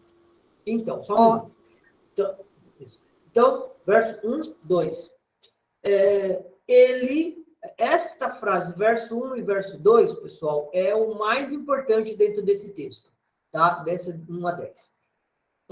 Ora, 14 anos depois, eu fui até Jerusalém. Então, o Paulo estava em Antioquia e subiu para Jerusalém, tá? Então, ele fez uma viagem até Jerusalém. Deixa eu ver o que eu coloco aqui. Ó, ele foi até Jerusalém para quê? Ele foi para lá para expor aos líderes da comunidade o que ele estava pregando. É interessante isso, pessoal, porque aqui há controvérsias, né? Muita gente debate, os pensadores, os caras que comentam Paulo, eles falam assim, nossa, estranho, né? O Paulo vai lá para pedir autorização dos caras de Jerusalém para ele continuar pregando, né? Que ele diz assim, ó, eu fui lá para expor aos notáveis o evangelho que estava pregando, para não correr em vão. Ou seja, ele foi até Jerusalém para mostrar para a comunidade de Jerusalém, para a liderança da comunidade de Jerusalém, o que ele estava pregando para ver se está certo. Ou seja, para ele não pregar algo em vão, tá? Continua. Quem está falando? Eu, Maria. Só antes dela ler, porque agora eu fiquei preocupada, que hora que você falou que você ia parar de dar aula? 9h45. Ah, tá. Tá, falta 20 minutinhos. Tá bom? Pode? Vamos ver se eu posso pelo menos as duas partes aqui. Vai. Ora, nem Tito, que estava comigo e que era grego, foi obrigado a circuncidar-se. Eu acho isso interessante. Só um minutinho, desculpa. Eu acho isso interessante. Ele dá uma cutucada nos caras, você perceberam? Ele fala assim, então, eu fui ter uma conversa com eles. Mas tem um lance aí, eu esqueci de falar. Tem um detalhezinho que é interessante. Eles foram ter essa reunião de forma particular, né? Não foi uma assembleia pública. Tendo tomado, expus-lhes em forma reservada aos notáveis. Então, ele expôs aos líderes em forma reservada. Ou seja, foi uma reunião fechada. E é interessante que ele diz assim, e o Tito entrou na reunião. Ele entrou na reunião. Agora, o Tito entrou na reunião, ele não tinha feito circuncisão. Ou seja, se de fato a circuncisão é importante, os caras não iam deixar o Tito entrar. Né? Então, o Paulo dá uma cutucada. Eles deixaram o Tito entrar. Mesmo ele sendo não circuncidado. Tá? Continua, Mariângela. Mas por causa dos intrusos, esses falsos irmãos que se infiltraram para espiar a liberdade que temos em Jesus Cristo, a fim de nos reduzir à escravidão, aos quais não cedemos sequer um instante, por deferência para que a verdade do Evangelho permanecesse entre vós. Ok, verso 5. Só um minutinho. Então, verso 5. Então, aí sim, ele vai falar, ele vai meter o pau nos caras. Lembrando, pessoal, que o que a gente tem que analisar aqui? O que a gente quer? A gente quer descobrir quem são os notáveis. E esses notáveis, muito provavelmente, desculpa, eu estou falando besteira. Nós queremos saber quem são os judaizantes. Nós queremos saber quem são os judaizantes. Aqueles caras que foram mais tarde, bem mais tarde, eles foram até Galácia para encher o saco lá e eles abandonaram o Paulo. Lembra? Quem são esses caras que mais tarde vão lá na Galácia? Quem são os judaizantes? Seriam os notáveis? Aparentemente, não. Porque o Paulo não está falando mal dos notáveis.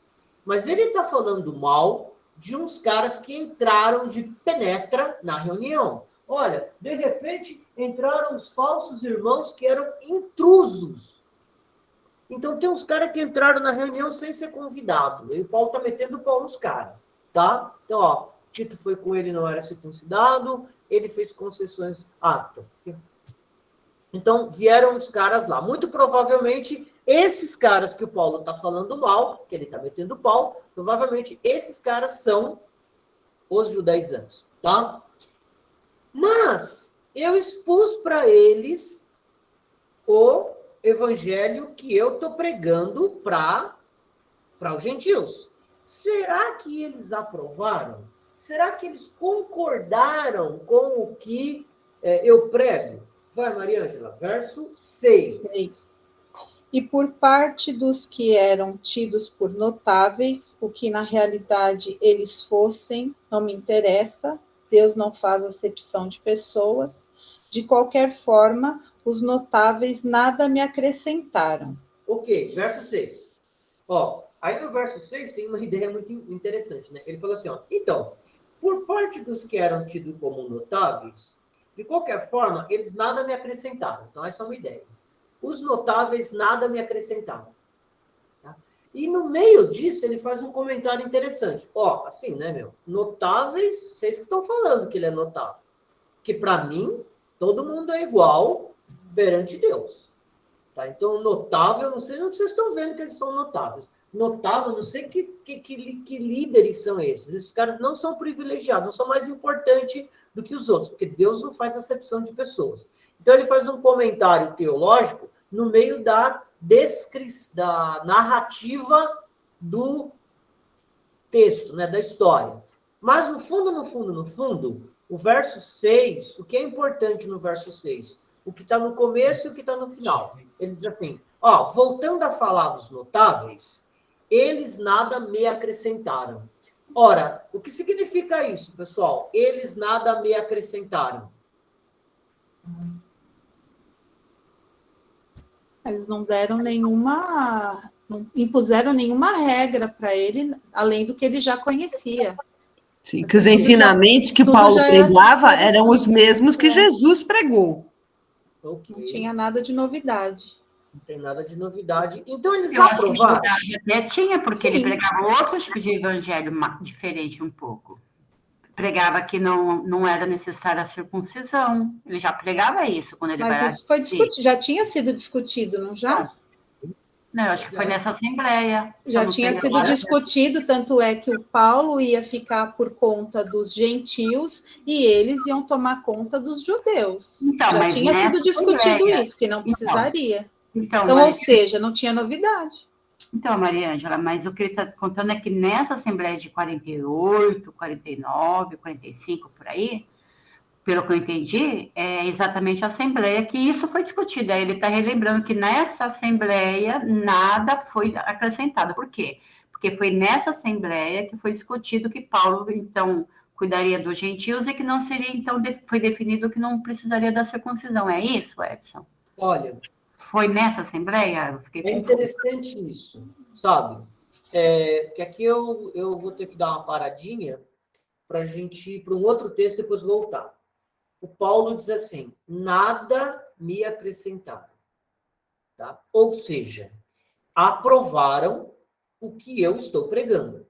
Correto? É o caso dos gentios. Tudo que Paulo prega, assim, tudo que foi revelado, ele foi lá falar. Quando ele fala que vai pedir autorização para não correr em vão, é para falar assim, ó, eu estou pregando isso, tá? Dá para conversar? Daí eles vão falar, não, mas você está pregando aí circuncisão, não é preciso, está pregando isso, pregando aquilo outro. Aí eles chegam, então, no consenso, e aí é quando ele fala, então, nada me acrescentar, porque realmente o que eu imaginava é isso mesmo. E ficou definido que eu fico lá e eles ficam aqui. E aí depois que vem toda a peleia, justamente porque aí depois um começa a meter bedelho nas ideias de Paulo, nas comunidades. É isso que eu entendi, né? Mas aqui a gente está adiantando um pouquinho. Vocês estão falando do acordo já, ele vai falar isso no próximo verso. Aqui, pessoal, é importante a gente fixar o seguinte. Eles não acrescentaram nada. Ou seja, não mudaram. Não mudaram o quê? Tudo que vocês estão falando está corretíssimo, mas não mudaram o quê? Qual é o primeiro? Qual é o centro do evangelho? Todos são iguais. Não existe uma diferença entre homem e mulher, grego, judeu, tal.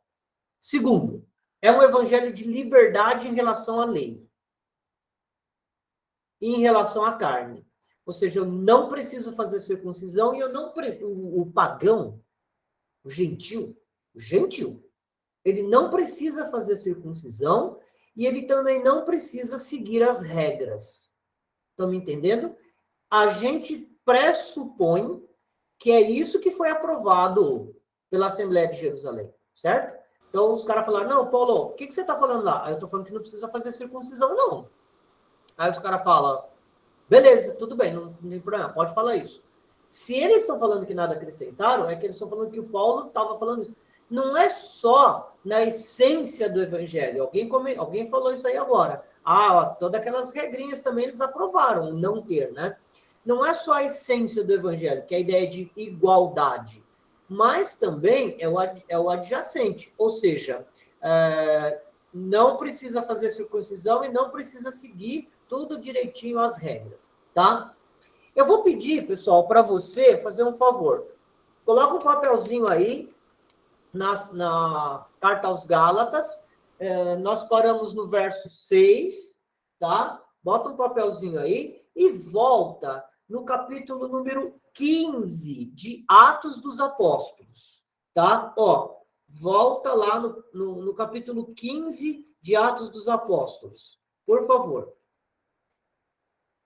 Mas deixa o Gálatas preso aí, que daqui a pouco nós vamos voltar nele. Ai, meu Deus, falta 10 minutos. Capítulo 15.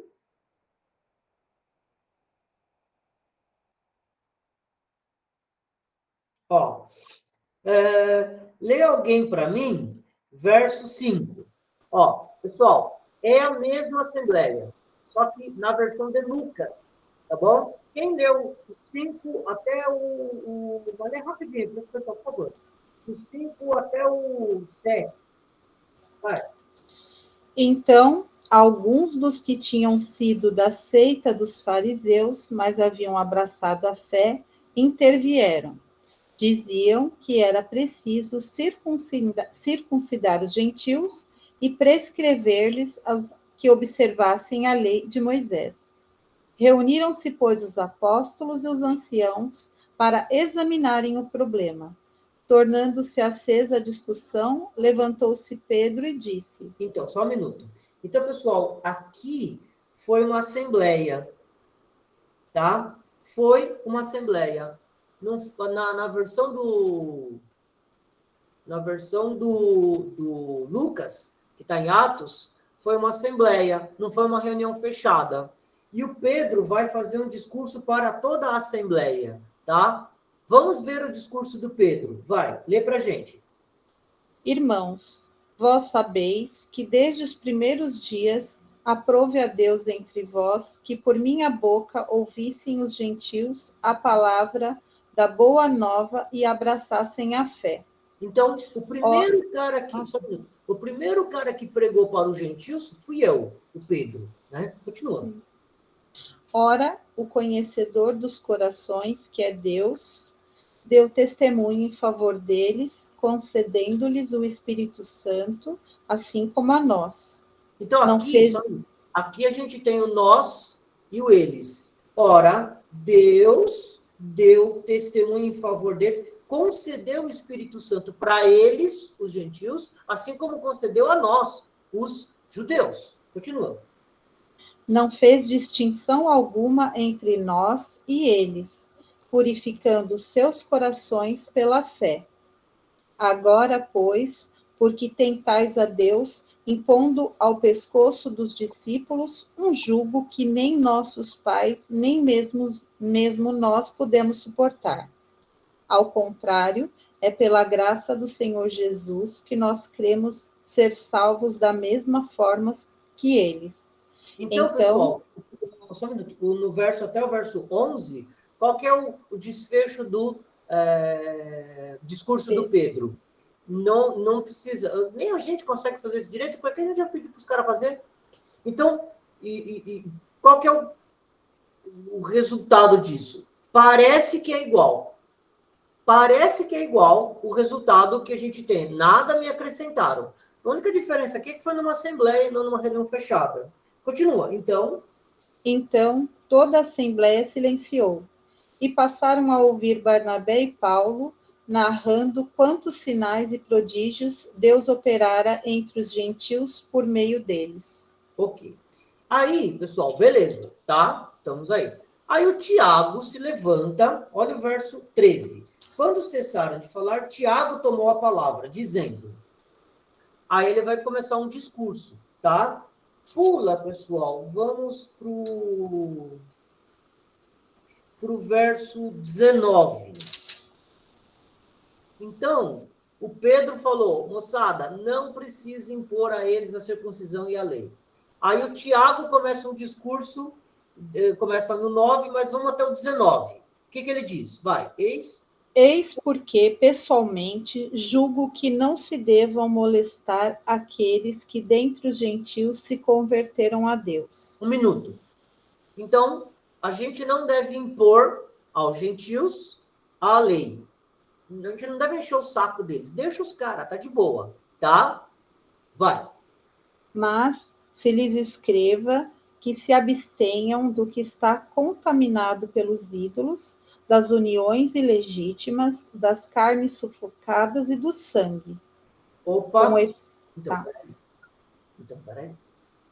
Este verso número 20, ele diz o verso 6, que a gente estava lendo, da carta aos Gálatas, ele é contraditório.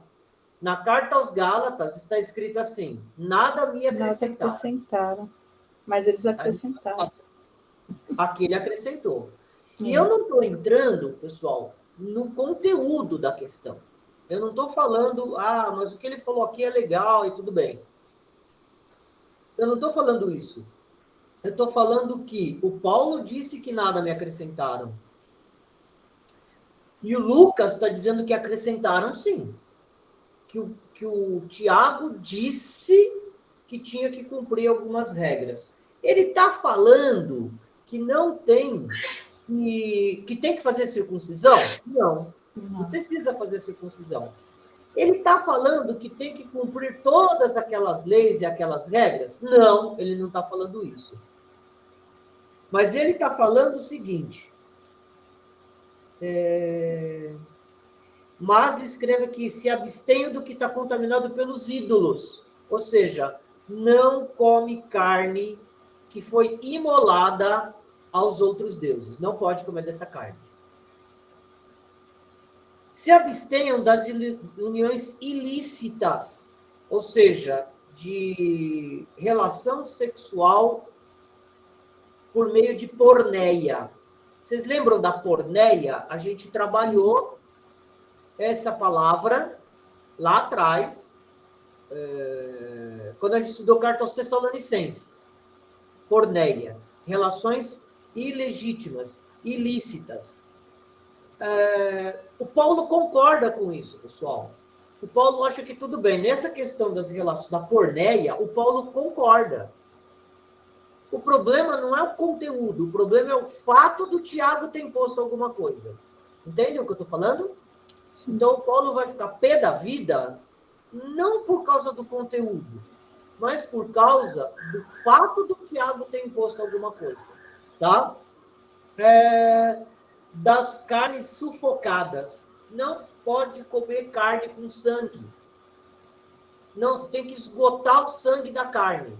Isso aqui não era uma norma, grega. O grego comia carne com sangue. Não tem problema. Agora não pode, não. E do sangue. Também o grego comia sangue. Carne mal passada, né? Aquela picanha mal passada, gostosa assim, qualquer coisa, comia. E aí o Paulo está falando, pode mais não. O Tiago está falando, pode mais não. Tá? Então, pessoal, o que eu queria... Eu vou encerrar a aula, tá, pessoal? Que está no finalzinho aqui, eu preciso sair correndo aqui. Desculpa. O que eu queria salientar para vocês? Queria salientar que o Lucas, diferentemente do Paulo, o Lucas fala, olha, o Concílio de Jerusalém não deu carta branca para Paulo, não, como ele está falando ali na carta aos Gálatas. Não deu, não. O Concílio de Jerusalém, ele impôs, sim, algumas regras, ainda que bem superficiais e tudo mais, ao Paulo. E aos gentios, perdão. Né? Então, qual das duas versões a gente deve confiar? Ora, agora, só para encerrar, pessoal, tem gente que diz, a carta aos Gálatas é a correta. Por quê? porque ela é mais perto dos fatos. Porque ela foi escrita pelo Paulo, que é o cara que está ali, né? E porque ela ela não é teológica. Em contrapartida, Atos está longe no tempo, está longe do conflito. Então pode ser que ele seja menos impreciso. A carta os Atos dos Apóstolos é uma carta mais teológica do que é um texto mais teológico do que a carta aos Gálatas. Então, tudo bem, ele não está muito preso aos fatos. Ela foi escrita pelo Lucas, ou quem seja o Lucas, né? E não pelo próprio Paulo. Então, muito provavelmente, a carta que seja o texto que seja mais digno de confiança, talvez seja o Gálatas. Tá? Por outro lado, tem gente que diz, tem estudiosos que dizem, não, é a carta aos Atos, Atos dos Apóstolos que está correto. Por quê? Porque a gente sabe que, depois desse evento, o Paulo ficou prostituto da vida, ele ficou bravo, e cascou fora de Antioquia e foi pregar o evangelho no mundo grego. Por quê? Porque ele ficou bravo. Ele ficou bravo por quê? Porque Jerusalém impôs a ele umas sanções, ou umas regras. Então, tem um argumento para dizer, olha, Atos dos Apóstolos é que é mais fidedigno, porque tem lógica, né? O Tiago impôs alguma coisa ao Paulo e o Paulo ficou bravo e perdeu e foi embora, né? Enquanto que Gálatas ele não diz isso. Não tem essa reação negativa do Paulo. Ele fala, não, beleza, fazemos um acordo e tudo mais. Mas tem gente que dá mais crédito a Gálatas. Qual dos dois está correto? Não sei. Né? Eu acho que é a carta aos Gálatas, mas enfim, eu não sei. Tudo bem, meninos? Desculpe parar bem no meio da reflexão, assim, porque teria mais coisa para a gente falar, mas aqui, de fato, gente, eu estou meio enrolado mesmo, tá? Preciso sair correndo. Tudo bem? Vocês não vão brigar comigo, não, né? Eu vou ver se eu consigo chegar. Eu vou ver se eu consigo chegar. Beleza. Olha a hora. Já passou, não dá nem para rezar. Vamos lá. Mas reza aqui e você vai embora. Não, vamos. A gente já vai, tá? Em nome do Pai, do Filho e do Espírito Santo. Amém. Pai nosso, que estás no céu, santificado seja o vosso nome, venha a nós o vosso reino, seja feita a vossa vontade, assim na terra como no céu. O pão nosso de cada dia nos dai hoje, perdoai-nos as nossas ofensas, assim como nós perdoamos a quem nos tem ofendido, e não nos deixeis cair em tentação, mas livrai-nos do mal. Amém. Falou, pessoal. Carta aos Filipenses na semana que vem, hein? Sem falta. Pode deixar. Tchau, Pode deixar. povo. Tchau. Valeu. Tchau. Boa semana. Tchau, pessoal. Boa noite. Tchau, tchau. Tchau, tchau. Boa noite.